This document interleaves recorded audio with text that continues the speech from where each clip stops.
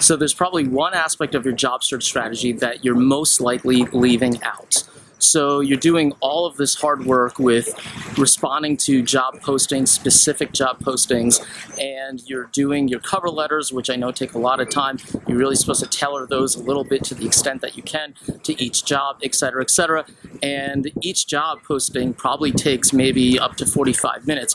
Then, especially with large companies, you have to put it into their job portal, which we sometimes call the black hole of resume submissions, because unfortunately the truth of the matter is that about 80 to 90% of all people who submit through those job portals, which is what large companies expect you to do, and I can do another video on sort of how you navigate that a little bit, but about 80 to 90% of those resumes that go into that job portal, that black hole, really never even get a chance to be reviewed by a human being. So you're doing all of this hard work when it comes to responding to specific ads, but what you're probably leaving out, and you really shouldn't, is another aspect of looking for a job, which is figuring out what companies you're interested in working for and sending your cover letter and resume to those particular companies, and to try to do your best to find the right contacts, or as close to the right contacts as you possibly can for those jobs. So if you want some advice on how you would do a slightly more generic cover letter based on your experience and so on, just ask me, send me your comments, your questions, and I'll address them in an upcoming QA video. And what you want to make sure you do, of course, is look through LinkedIn. LinkedIn is a great tool. LinkedIn's changed over the past 5-6 years.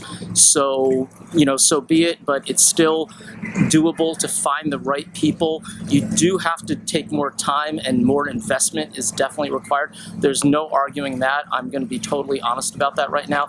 But if you put more time into this and you really truly add this, you can really get a lot of great results. And I've gotten jobs this way. So there are mainly two reasons why you want to also add this to your overall job strategy. One, think about it. When you basically respond to a job posting, how many people are you competing with, especially these days? Hundreds. And I think that that is not an exaggeration. Now, when you basically send the information to a company, send your information to a company that you want to work at, how many people are you directly competing with? Zero. So the odds are a lot more in your favor, and you can definitely get a little bit of a competitive edge this way.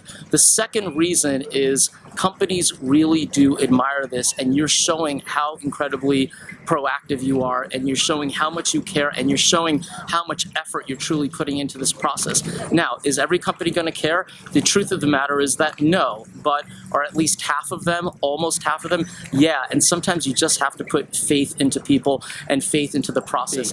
And when you basically send this type of cover letter and resume, you want to make sure that you are doing your absolute best to try and reach out to hiring managers in the division that you're interested in. So for example, if you take my background, what do? I do product development and sourcing mainly. So I would reach out to a VP or senior vice president of product development sourcing. Look for titles like that on LinkedIn. If you can't find anyone in that particular division, or what you might think would be the right division for you, you can send it to someone in HR, but I also recommend sending it to someone in HR at the VP or senior VP level. And what happens there is they'll receive it, and not always, but at least 40, 50, 60% of the time, they'll basically filter that down to someone in HR who does the actual recruiting.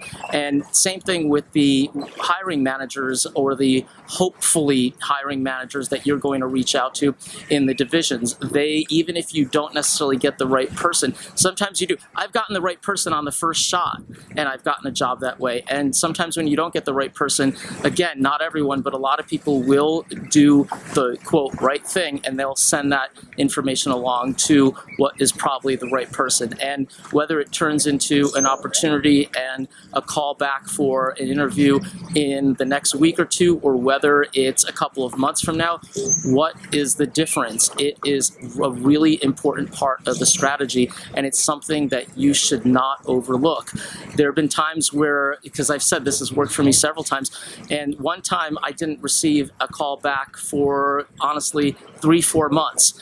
And 4 months later, I received a call back from the company, and immediately in my mind, I was like, oh yeah, I remember I sent them, one of these, general interest cover letters and resumes. So this really, really works. And I think that you really want to embrace this and let it work for you. Have that competitive edge. Don't just do the only thing that you're probably doing, which is replying to specific job postings.